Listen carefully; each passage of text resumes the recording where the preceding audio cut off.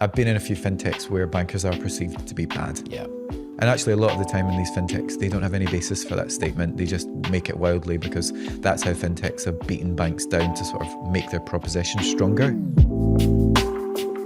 Ross, great to have you on. Thank you very much. Pleasure to be here. Thank you. How was your journey in? Yeah, fine. I took the Leslie line.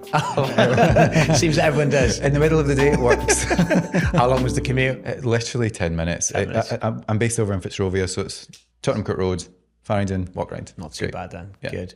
Well, how's things at the moment? I'm guessing pretty busy at Rippling. Anything exciting happening? It is. So little known secret is we got our license. Congratulations. In August. It's great. Yeah. So we worked very closely with the authorizations team over at the FCA, helping them understand what Rippling does.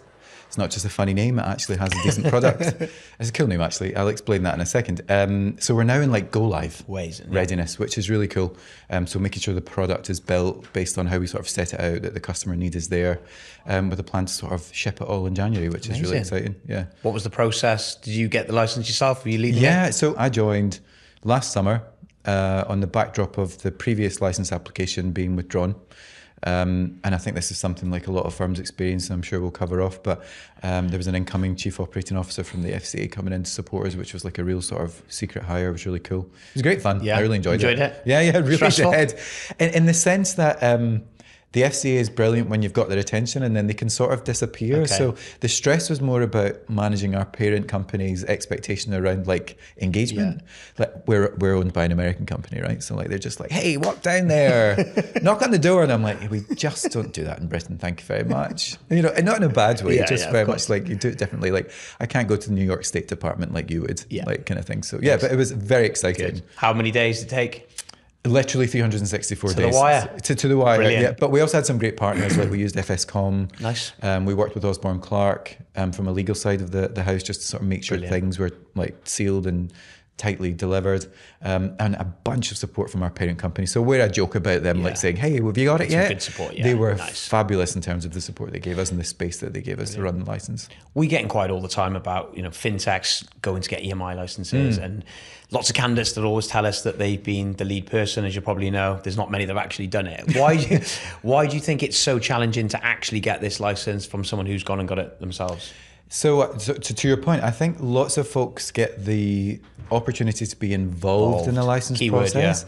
Yeah, and that's not a judgment, really. I've been involved in quite a few over the years, but never actually led one. And before I went to Rippling, I was at Clearbank, fabulous company, really exciting fintech bank, first clearing in 250 years. Going in for a license in Europe, I went in to help with that, but I wasn't actually owning it. Yeah. So when Rippling came to me and said, hey, we have this problem, we've applied a couple of times, doesn't seem to be going well, you look like you've done a few licenses, do you fancy like taking it by the reins? So the challenge for me was, can I do this? As in, I'm not doing it myself, but can I take the responsibility and sort of shoulder the burden of like being the third time fail? Or can I just like run with it and make it my own? Which was fundamentally what I did. So it was less of taking direction from our parent company around how they expected it and me telling them, this is how we're going to get your license. This is how I'm going to deliver your license. And here is the stuff that we need to set out to achieve. And these are all the people that are going to do it. Makes sense. We love an old, at Rippling, we love an old MMDD. Okay. Month, day, day. Right. So as long as you have a task with the MMDD on it, you're set. Then you're set. Yeah, okay. Yeah. And do you think it's like, do you think it's an education piece? Do you think people don't fully understand what they're getting into when they're starting these applications? Why are so many failing? I think there is a lack of understanding around the complexity of a license application. In so much as, to give specific data, our application was, I don't know, about 165 documents. Page flicking, it was probably around 2,500 pages of reading. It's a lot of reading. It is for a relatively simple product and a simple application, right? We were applying to be able to do like payroll processing as an EMI, not derivatives, no fancy sort of products. It was very straightforward. An organization needs to pay its employees, it will send us the money, we will then distribute it to its employees for it in a sort of safeguarded, secure way, versus like, very sort of complex structures. Even with that, we had to go into that sort of minute detail as to how it should look, how it will work. I can't impress upon folks enough around like knowing your flows. And it sounds like a song, but you should know your flow, right? Like you need to know how funds come in and you need to know how they're processed and you need to know how they leave. And each individual specific variation. to your business. Exactly. And why it fits the sort of business case that you're presenting, operationally how it works, what the governance is around about it. And that's where I think teams go into these processes and think, sure, it's just a couple of pages. Yeah, they don't get it. And then we'll just fill out the application form and bung it into Connect and hope that it works. What about the FCA then? So like those relationships, I speak to lots of founders or even MLROs that maybe haven't built that credibility with the FCA and are maybe speaking to them via email or not actually building the relationship. Do you think that's a key factor in getting this over the line? It is. Something I observe and have done for many years is a lack of understanding about the pressure they are under. Yeah. So of course, when you're a founder or you're sort of a new business, you're excited about what you've got to offer, right? Like it's a problem you're trying to solve. And case officers, and in the UK, the FCA has, at the last time I sort of spoke to them, around 30 case officers covering the whole of the UK. And they cover all application types, so in terms of the authorizations team. At the last count, I think each case officer gets around 3 to 4 cases a week each. And that can span from a VASP registration to an EMI license like full stack. It could be a change of control. And it's varied, It could be a variation of permission. They could get one of each, right? So like they have to cognitively switch between each. And I guess the frustration if you were a founder is that every time you speak to them, which could be sporadic, they have to be kind of reminded about certain things. It's not because they're not smart people. Yeah. They also have a really busy workload to get through. Like we were really lucky with our case officers. They understood us. Yeah. They challenged in the areas that they needed to challenge. They gave us time to give them feedback or give them updates on things when we needed it. They respected our governance. So when they asked for when they provided us with RFIs, I'd say, yes, you can have that. But it's going through my board first before you can get it. And they'd go, yeah, great, that's what we'd expect to see. So there's some sort of, I guess there's an element of rigor that goes into what you submit and then an understanding of what their own motivations and pressures are in order to help meet them in the middle. Makes sense. They are civil servants, remember. They're busy people. And they are busy people. What advice would you give people, maybe company next year is looking to plan it, go for the license, 2026, any sort of tips you think that they could focus on? Hire the team. Okay. Honestly, hire the team. What is that team? How does that look like, do you think? The team, so as a minimum, at least if you're applying to the FCA, the mind and management has to be in the UK, right? Like they keep saying this and I think firms don't listen, but they will not approve you if the folks aren't based here. It's not a play to create jobs.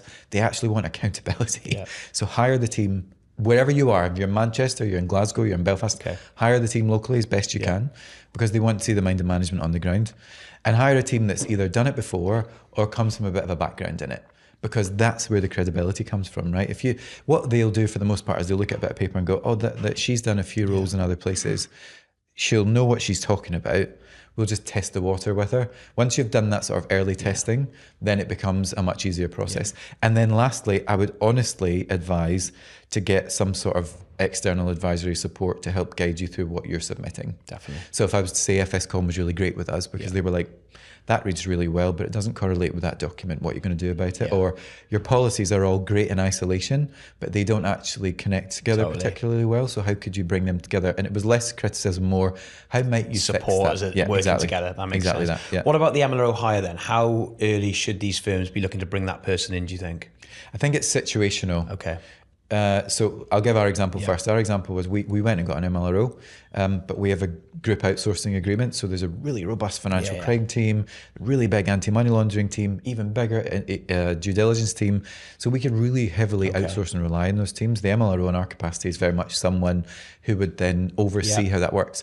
If you're a small startup and you don't really have the gift of having either a big parent company or an opportunity to sort of buy in, then you want to buy in, you want to find an operator, right? You want to find someone that knows how to get stuff done and isn't just someone who writes documentation.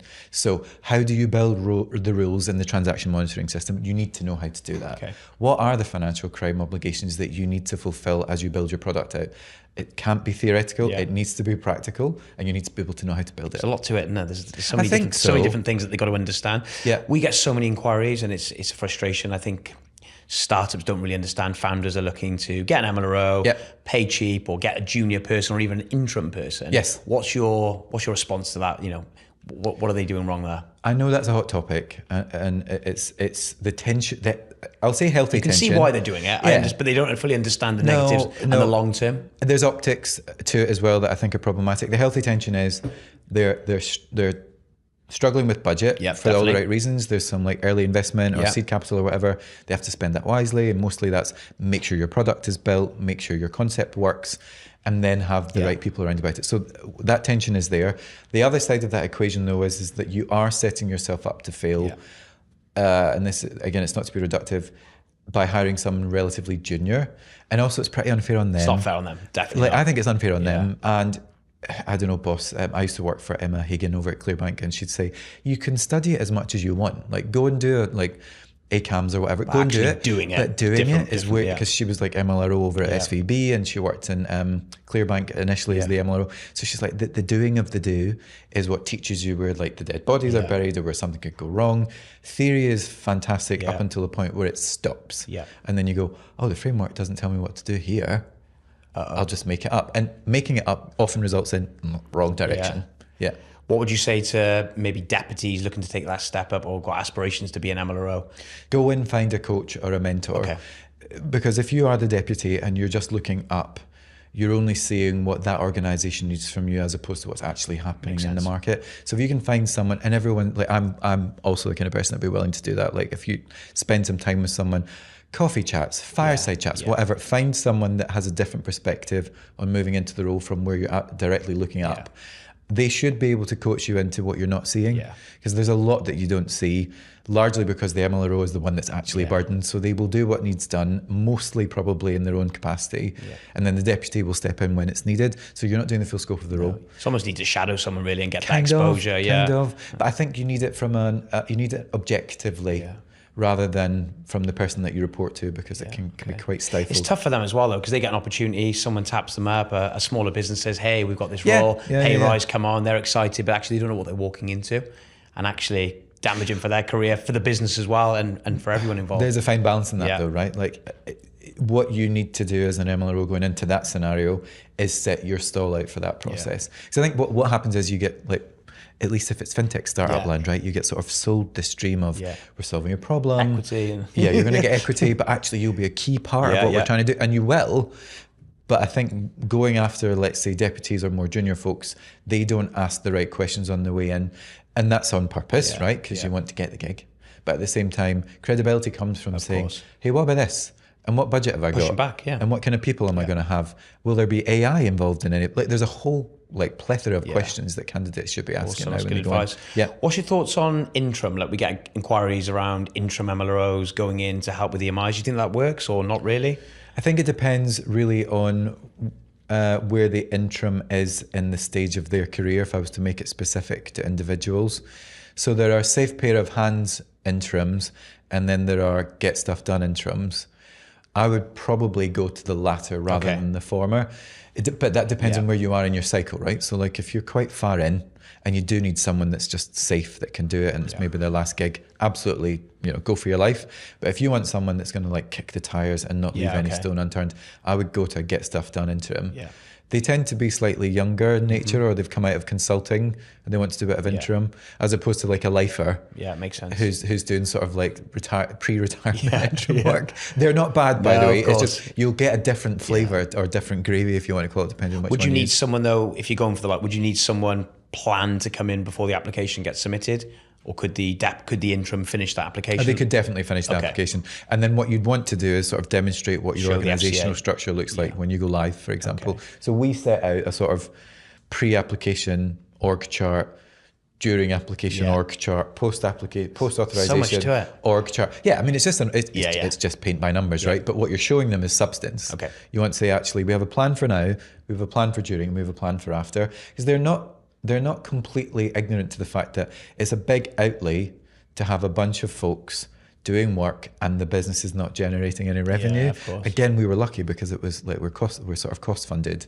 But other organizations where like you can't do anything until you get that application, so you're just chucking money into the ether in the hope that it works. They're not ignorant to that, so they know, like, if you're working on a sort of like skeleton model at the beginning and then you're scaling it as you get ready to go live. The one thing I would say is their language is ready, willing, and organized, right? So in the readiness phase, that's that skeleton. You need to be ready to submit. The willingness phase is speak to them about what you're submitting and talk to them about how you're getting there, and that will include what the team will look like. Organised is day one, you've been authorised, you have the right people in place, and you're able to demonstrate that the product works and doesn't cause harm to your customer. Okay. Are you seeing many sort of restructures at the moment when it comes to like financial crime and compliance teams? Are you seeing that happening at the moment? I think that is quite a movable piece anyway, right? Like I think MLROs move quite a bit. Yeah. Maybe the teams that sit underneath them are typically more static. Yeah. But what I've definitely seen in the last year is a real lift in how they do their work, as opposed to move around. So becoming less, what do I want to say, institutionalized by being an ADD analyst or an AML analyst, and thinking more broadly about how do you use the tools that you have round about you to enable the business more. Like certainly at Rippling, we are focused so much more on using technology, even more than what we did, say 5 years ago, to get to the answer much faster. And it's not because we want to do faster work. Yeah. We want to be able to solve the problem for the customer quicker and make it less of a lift for the customer. Do you think technology is playing a part maybe with some cuts or restructures? Do you think AI's can take some of that admin work away, or not really at the moment? No, I think it can. Yeah. But I think, so Rippling's motto is freeing smart people to do great work, right? That's interesting. And that's what we mean by our product is delivering that to our customers, like CFOs, chief people officers. Like we want you to be able to do what you're set out to do instead of all of the admin round about it. But I think that's true for folks that do second line work, like compliance officers, fin crime teams. They do good, smart work, but they're really burdened by Excel spreadsheets and a lack of data or an inability to sort of interrogate the information that they have in front of them. Tooling is changing that a lot. But if you can build the tools as opposed to outsource every single time, then you can build it and tailor it to what you need it to do, as opposed to going back and forth with a third party. Tailoring it to you. Yeah, exactly. And so you have the gift of, do we want to use an AI model here? Do we want to use a sort of generative logic there? Do we want to use an LLM in that? Providing we can explain it, providing it makes sense, providing there's an accountability for what it does. Or do we want to outsource and work with the outsourced partner who burdens the risk of that? Yeah. And then we just accept it from the purposes of like outsourcing that requirement. That makes sense, totally. There's an opportunity in it for sure. Financial crime is always a hot topic. FCA seem to have it as a real hot topic at the moment. It's just forever. Forever. I can't see it changing anytime soon, honestly. Are there any specifics that they're really focusing on, would you say? So I think where they're worried obviously is around customer harm prevention. And the fact that the landscape changes so quickly, almost too quickly, right? Like the effectiveness of bad actors is frighteningly fast. And it doesn't matter how much an organization moves fast. And I can honestly say every firm I've worked in has focused on this front and center. They don't rest on their laurels with it. Like sanction screening, are we seeing the right transactions? Does the transaction monitoring tool work? Do we have the right people on it? Are we sort of thinking about it smartly enough? And it's a shame because like when the regulators are, when the FCA, for example, is like doing their supervisory visits or they're asking for information, they don't really see the good sort of hard work that goes on there. Going on behind the scenes. They see the output of it and they go, could do more. And they're right, could do more. But that's mostly because the growth of bad acting is so exponential, and the cross-cutting of it, right? Like ATOs used to be the CISO's problem. No one really worried about an ATO in the context of the MLRO didn't go, oh, how does the ATO impact with my perimeter? Now it's like there's been an ATO and that's led to financial crime issues. Almost instantly. ATOs were about data issues before. Now it's actually we've been hacked, they've stolen money, they've redirected funds, it's all become fin crime. So the convergence of different parts of the organization has made it more complex. And what's happened as a direct consequence of that is teams who would have conventionally operated relatively separate from one another are now having to work together in this stuff, which is new territory. Really it is, right? Like the CISO would typically, in my experience, operate their own space. You know, I'm the information security officer, I'm worried about the CIA stuff, I'm not really worried about financial crime, that's your problem. But actually now the debate is, well, your control environment isn't robust enough to prevent financial crime from happening, and so we need to talk. And it's completely changed the landscape internally. And the criminals are getting so sophisticated. They are, and they vary in type, right? Like the way in which they attack organizations now is totally different from like how I would have seen it 20 years ago. Do you have any war stories? Was there a day you remembered? You thought, Jesus, I am in financial crime. Maybe not in, yes, actually, in financial crime there has been. So like, and I think, how do you articulate this? organizations that are startups, at least in my experience, altruistically don't believe fraud is real in their company, right? They just, that can't, like, there's this sort of veneer of, that doesn't happen in my place. And you're like, it does.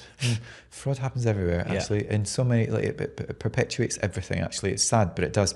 And I guess my real horror story was, like, I worked in a small firm. It was a merchant acquirer. It was doing like POS machines. And the POS machines were being switched out by bad actors in shops. And it might have been an inside job, sort of potentially internal fraud. And these machines were actually attacking the mag stripes on cards during the night after they'd been processed during the day in these little retail shops. And it was referred to by the chief product officer at the time as like the bleeding, which is really visceral, right? Like the bleeding. And that reached the founder and he's like, you need to stop the bleeding. And then we had this project Stop the Bleeding, right? And it just like blew up into this thing. And I'm like, no, it's fraud. You need to accept that fraud happens and account for it, and then work on your financial crime models in order to prevent it or reduce it. You will never fully stop fraud from happening. No. It's what you are willing to accept and how you protect your customers from it is where you need to focus. But this founder's like, nope, not on my watch. My organization doesn't have that. That's not true. I'm not having fraud. So, there are those sort of defining moments where you go, actually, I can't really convince you otherwise. You'll have to keep bleeding in order for it to sort of reach a stage where you go, hell, my P&L's really taken a hit there, hasn't it? It's like, well, you didn't have FinCrime controls to manage fraud. I bet there's so many different things happening all the time, changing, and different ways of financial crime happening all the time. How do you stay on top of it all? Well, I guess they're keeping your ear to the ground and talking to other people in the community, right? So there is nothing more important than, and like this is a running joke, like you can go to as many panels as you like, but a lot of the time it allows you to sort of step back from what you're seeing day to day and take in what other people are thinking about doing, maybe even adopting some of it. I can think of many a time where I've gone to like one of these FinCrime discussions and they've come off stage, whoever it is, and I've said, can I talk to you just for 5 minutes? To understand. And suddenly that leads to, what do you do and how have you thought about it and like, have you done this? That's really important. Also, I think you have to do some of your own self-learning and try and step back from the sort of silo of, well, I've done this for a very long time, so I know these things work. You need to really prove out if stuff still works. The only way of doing that is actually maybe taking a day. In tech companies, Fridays are sacrosanct, right? Like engineers don't like to be interrupted on a Friday. That's their wash-up day. So, and other companies have been called different things like Fresh Air Friday or Freedom Friday. But that actually allows for teams that are in the back office to think and learn, to have a bit of a think, right? So if you need an engineer, don't book time for them on a Friday. But you can spend your time doing a bit of research or looking at whether or not things are changing either horizontally or now. So how's the law shifted? Or are there any new rules coming down the pipe that you need to think about? How would you implement them? And then on the Monday, you can go to the engineer and say, this is your problem. I'm telling you what you need to build for me. That makes sense. So staying on top of it all the time. Really, obviously, a lot of the time is actually seeing it and being involved in it as well as the learning. Yes. There's a lot to be taken from experience. Like that kind of goes back to like the sort of hard yards that a person would have trod in order to sort of get to that role. Makes sense. I think there's just sometimes you just kind of know what corners to look around that some folks wouldn't if you've not got the experience. Exposure. Yeah. And going back to the MLRO, there's a lot of misconception about that role. What do you see from your point of view? Do you know, like, I've either worked adjacently with them over the years or owned the role myself, and they are perceived to be, and it's a shame because I think it's a real tragedy about the sentiment towards MLROs is that they're stress heads. And like they're just worried all the time. And I've worked with a few where, like you think, are you on a cliff edge here? Like it's okay, it'll be okay. And I don't think that's because they are that way in naturally. It's because it's a serious role. It's a serious role, but also I think the organisation, I come from risk management, pre-compliance and FinCrime, and MLRO has been a big role. Like 25 years ago, risk was the anti-business unit and it was the business prevention unit. We kind of got a pass in that because the MLROs took that space, right? Because like there is that fear of saying yes to something and then it coming back to haunt you. But I think that can be almost disabling in the sense that you lose the ability to, especially if you operate at a senior level, to take a well-informed decision that you can really back yourself in. Because you'll have other people around, like if you're in a boardroom setting, right, you've got like a chief commercial officer who sees you as this person that won't onboard his customers or their customers. You've then got like a chief operating officer that goes, if you approve that, my team's going to be totally swamped. Do you think they look at them as a blocker? I think well, there are different relationships to have, right? So like a business officer is going to look at you as a blocker. An operational officer is going to look at you as creating more burden for them, because if you say yes to that, commercial officer, I've got a whole downstream impact. And then you've got a chief technology officer that goes, I just don't want to build the stuff you need. So it's tough for them, really. It is. Would you say that they've got to build relationships internally? Soft skills are very important. Big time to get buy-in from everyone.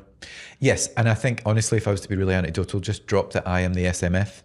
It just loses hearts and minds. Like you need to find a way of convincing people that what you need to do together is worthwhile, has impact, is valuable to the company or to, what you're trying to do for the customer. That's not easy, because predominantly you're saying, hey, there's a rule here that we need to follow. But if you can go to a chief technology officer and go, there's a rule here, and I've set out like a requirement for you, this is what it could look like. I'm not saying go learn coding or vibe coding or agentic coding. I'm not saying that. But if you've got a way in which you can tailor the engagement to the point where they go, oh, I get it. Give it to me. I'll come back to you and I'll tell you what you need to do next, or how we can work together next. That's the good juices, right? Or if you can go to a chief commercial officer and say, I can see you've got a load of really high risk businesses you want to onboard. Why don't we do like a little bit of a white glove there, and sort of figure out if we need to do some EDD? Do you want me to sort of lean in on some instead of this sort of ivory tower, which has happened recently, where they go, I'm the MLRO, you can't talk to me.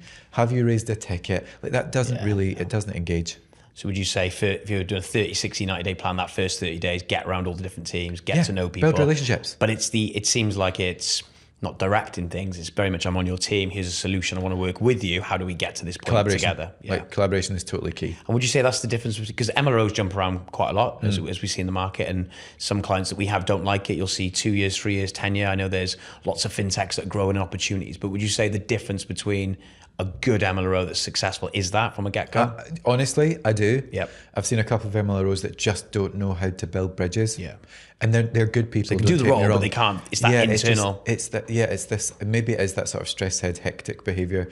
They just come across instantly as someone that would be hard to spend time with. That's not right. Good. Do you want to go and have a beer with them? And that's not anti-bribery and corruption, right? Course. That's human. Yeah. So if you can just be vulnerable.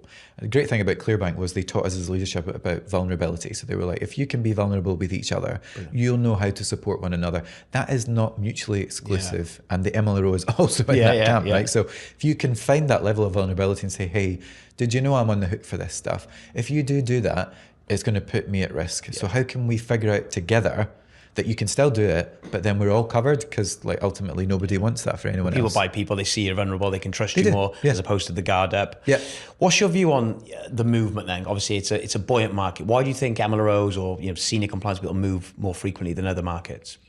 So unpopular opinion is I think they think the risk is too high for them personally, and so they sort of get out of dodge. Yep. That's what I observe. Okay. And I understand it is, like you've said, it's a senior role to occupy. It's a very regulated role to occupy. What I would say, and it's perhaps another unpopular opinion, is the narrative I hear from them a lot is, well, I'll end up in an orange jumpsuit for that.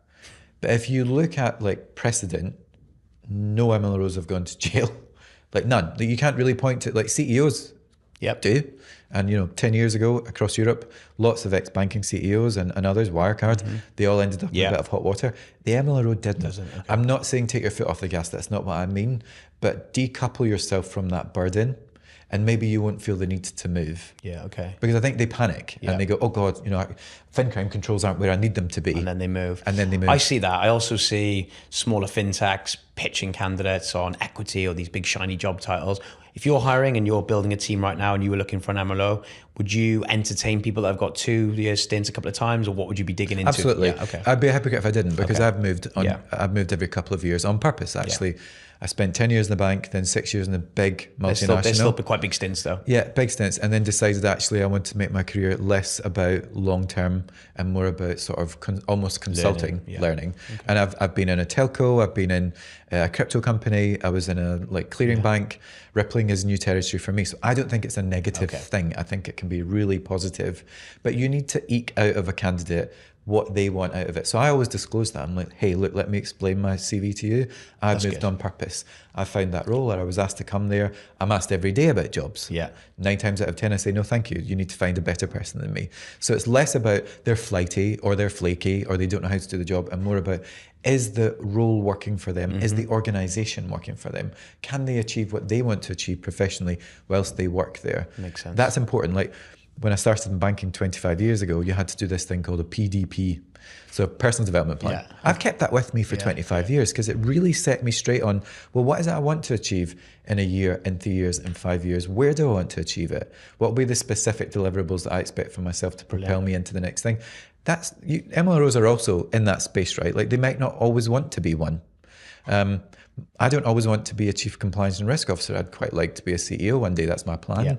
In the UK, it's quite popular now. And I think the FCA really appreciates folks moving out of the second line into that leadership role. It's quite exciting career progression. It is, definitely. So there's no reason why an MLRO can't think about their role that way, that actually I'll solve this problem for you now, but where am I going here? It's a great and way what do you want from me? What about hiring? So we see a lot of banking candidates, and you're a good example.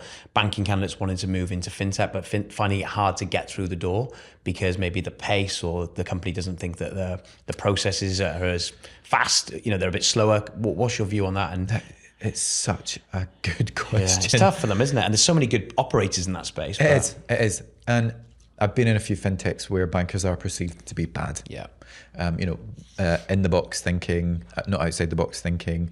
And actually, a lot of the time in these fintechs, they don't have any basis for that statement. They just make it wildly because that's how fintechs have beaten banks down to sort of make their proposition stronger. We're better than the banks. Like Revolut, we'll be a bank and we'll be the best bank that ever existed. You'll end up like all the other banks probably. But in reality, what that means is you're overlooking good quality candidates without giving them the opportunity to actually grow into what you need from them. But there is an opposite side to that, where I have been in fintechs where they have taken punts on folks out of banks, and it has been so hard for them. Like, I've heartbreakingly watched people really struggle. It's not pace, it's that there isn't a framework for that. That's what I was going to say. They're so used to things being regimented and in place and been there for years that actually when they come into things moving very quickly and not the pace, but the processes aren't set up. So timing is key. They are needed, but they're maybe not needed at that stage, right? Too early. They're needed because it needs to mature, it needs to grow up, it needs to be a bit more adult. And adult is an interpretable word, so it depends on how you look at it. But if you want folks that are really great at that kind of work, don't bring them in at the start, because they don't know how to navigate without it. There are other people that will come out of banks who are able to work within a vague greyness or greyish-ness that is helpful, but they'll also reach a point where they can't do much more for you. What I would hazard and to avoid is exodus and cronyism. So I won't name it, but a previous fintech I was at hired out of a large bank starting with a B, and then there was an onslaught of people from that bank starting with a B coming in because they could only hire in their own image. So they joined, I'm up for a little bit of fintech challenge, but then realized, this is not what I'm used to looking at. So just hired the wholeness of their previous team, which was problematic because then they were just trying to transplant that organization into the one I was in. And I actually acted as a challenge to that process to say, no, you're hiring in your own image and you will not get any more than what you already know. So if we want better thinking, more dynamic ways of doing something, or speed, you'll not get that by bringing in the rest of your team from the previous company. Like we all want to hire our pals. Like, of course you do. You want to spend time sitting with the people you like the most, right? But sometimes it's not good. Definitely you need people that are going to challenge you, not like say yes. That's great. Crypto and stable coins, hot topics at the moment. Do you think crypto's fully landed yet, or do you think it's still getting there? I really want to say I know enough about it to give an informed opinion. I spent a year at a crypto during the winter, which was obviously the invasion of the Ukraine from Russia, which had a significant impact on the crypto market generally. I think obviously it's going through a bit of a resurgence, and the organizations that are crypto are trying to demonstrate, and I'll quote my previous employer, like Bitpanda, fabulous employer, great ethos relative to crypto, first organization in Europe to get the MiCA license. So really pushed the boundaries of what good looks like as a crypto organization. but there's still work to do in terms of helping people understand what they're trying to achieve, and Kraken and Coinbase and the others. And they need to join up in that effort in order to make it land sufficiently. I think they are. But the nature of the embryonic stage of what they do means they are also quite protective about like their information and how they operate. And also they're trying to figure stuff out. Yeah, like, definitely. I remember the first time I heard about a fork, I was kind of like, a what? You know, and there's language coming out that just doesn't resonate with other market players, right? So there's a whole like evolutionary cycle that they're going through now, which is helping them mature a little bit in order to sort of prove out that they're here to stay. Yeah. And I hope they are. Do you think stablecoins are a hot topic? Do you think that's something that's going to go boom over the next couple of years? With any luck, yes. Yeah. The system in general, in my opinion, needs a bit of a resurgence in terms of, like, fiat is fiat. Yeah. We all know that. And folks want to invest, they want to spend money, or they want to spend a type of currency, whether it's conventional fiat currency or a cryptocurrency, in different ways, right? Like, there's a new generation of people that just don't have a relationship with fiat the way people like of our generation do, right? I can think I've got a younger sibling who like talks about crypto all the time. That's like how he spends his conversations with his mates, and you know, they're all investing and stuff. I was not doing that at his age. It wasn't around then, but in reality I also wasn't like investing. There weren't platforms that you could go on and like chuck some money into gold, right? Like, you couldn't do that. But so that evolution means stablecoin needs to be here to stay, and it needs to be something that is propelled into a space where we talk about it naturally. At Rippling, we're talking about the opportunity to sort of pay people's payroll into a stablecoin instead of paying them fiat. Wow, yeah, which is quite exciting. Yeah, right? it is. Like, who thought HR management would be talking about crypto, right? It's hard to wrap your head around, really. Yeah, but the convergence of it is a real thing. Like, we're really seeing a different cohort of employees from big organizations who want their salaries paid to them in different types of ways. I think it's like credit, the buy now, pay later. None of these evolved, but they've started to really evolve now. I think crypto will probably go that way. It will go that way. Do you think there's still a misconception around digital assets? What's your kind of view within? What, as in, it's all a bit spooky, you know, that's a bit too dangerous. Maybe, but I think it's more to do with people having the headspace to spend the time in it. Like, I have the gift of having worked at a crypto company and learning about digital assets from folks that are really passionate about it. Like, an anecdotal story is, on your onboarding at Bitpanda, it's really cool. They do boot camps. Loved it. Awesome. And they had this guy who's like 18 who'd been in crypto since he got his 16th birthday money, but his knowledge was off the chart. And I was like, can you train me like personally? Because I don't know as much as you do. I want to know as much as you do. And it's obviously continuously changing. You need this ability to sort of stay on top of it. That's what people need more of. I think folks just go, oh, don't know, therefore it's scary, won't touch. They just look at it from the outside. It's just education. Yeah. And we learned that through lessons around social economic issues. You just need to educate yourself a bit better in order to be more informed on it. That's good advice. Awesome. A couple of closing questions. If you could change a regulation, what would you change? If I could change a regulation, oh wow, there's quite a few that I would change. No, can I answer the question slightly differently? Yeah, that's fine. So the FCA launched the safeguarding reforms last year, and it seemed like a knee-jerk reaction. And they had this interim phase and then end state phase, and lots of firms fed back on it. And then there was like this whole maelstrom of like panels and consulting firms all consulting on it. And they just created work for nothing to then go, we'll just do phase one. And I'm kind of like, well, you should have committed yourselves to that. I get it. It's hard to impose CAS on a merchant acquirer. Like, you've got all those funds moving from card payments. How on earth are you going to do reconciliations through the sort of the lens of what do you call it? Like your manual and your different processes. But I think if I was them, I'd have committed to it a bit harder. They sort of capitulated earlier in the year because they got so much pressure to just not do it. So rather than change a regulation, I would have changed the approach to being consistent in what they wanted to achieve, because it was all about customer protection. Customers get so well protected through CAS. If you're in an investment firm or you're in a sort of CAS scope organization, EMIs don't really have to do that other than the general safeguarding rules, which, based on their own reports, show it's not that well adopted. So this new CAS type model was going to like make sure customers' funds were better protected. And what that would have led to was more business. Because customers have gone, it's safer to put my money with you. So like, I feel like they let themselves down there. I would have changed what they did instead of changing the regulation. Makes sense. How do you stay current? Obviously, the market's changing all the time. What's your sort of go-to to stay current within the fintech space? So like, I get more emails than I care to. In fact, I've started using the summary function on Gmail to sort of help me understand what these consultancies are waffling on about in their very long emails to demonstrate why they've got staff. So that you can get 3 TLDRs from a very long email from insert consultancy firm here. I do a lot of panels. I go to a lot of these things.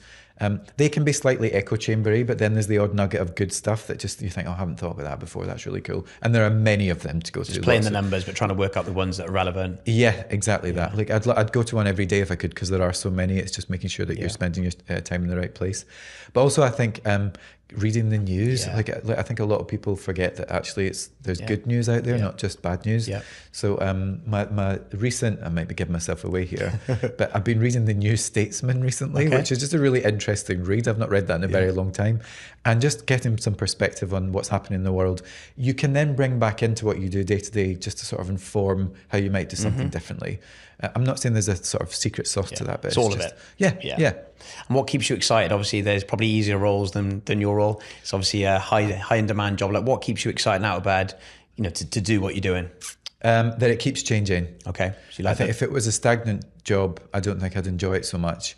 The fact that I get to lean in on things that aren't typically, I guess when you're in fintech and startup scale up land, you do get the gift of being able to do stuff that you wouldn't typically do. And it stretches it stretches your knowledge and it stretches your experience. So for example, at Rippling, our COO left in April and we just couldn't find the right person. We hadn't been licensed yet. So I was like, well, I'll do it. Yeah.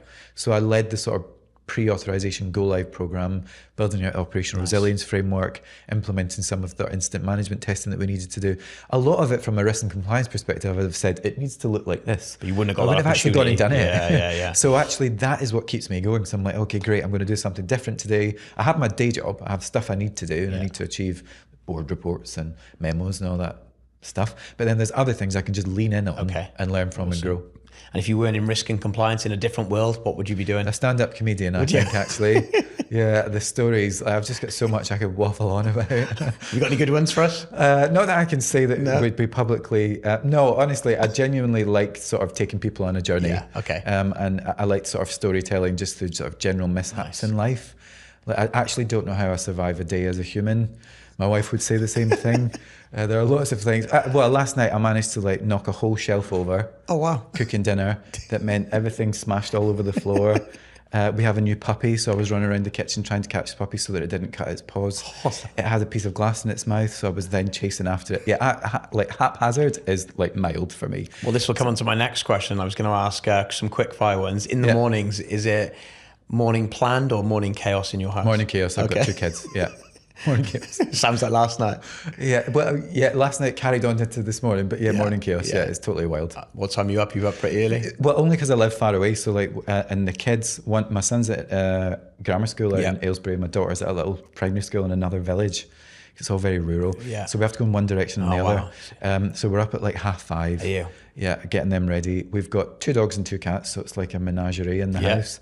And my wife is like this frantic cleaner, so the house gets cleaned from head to toe every day. Yeah. So I'm like, okay, we need to go now. So we're out the door for 7.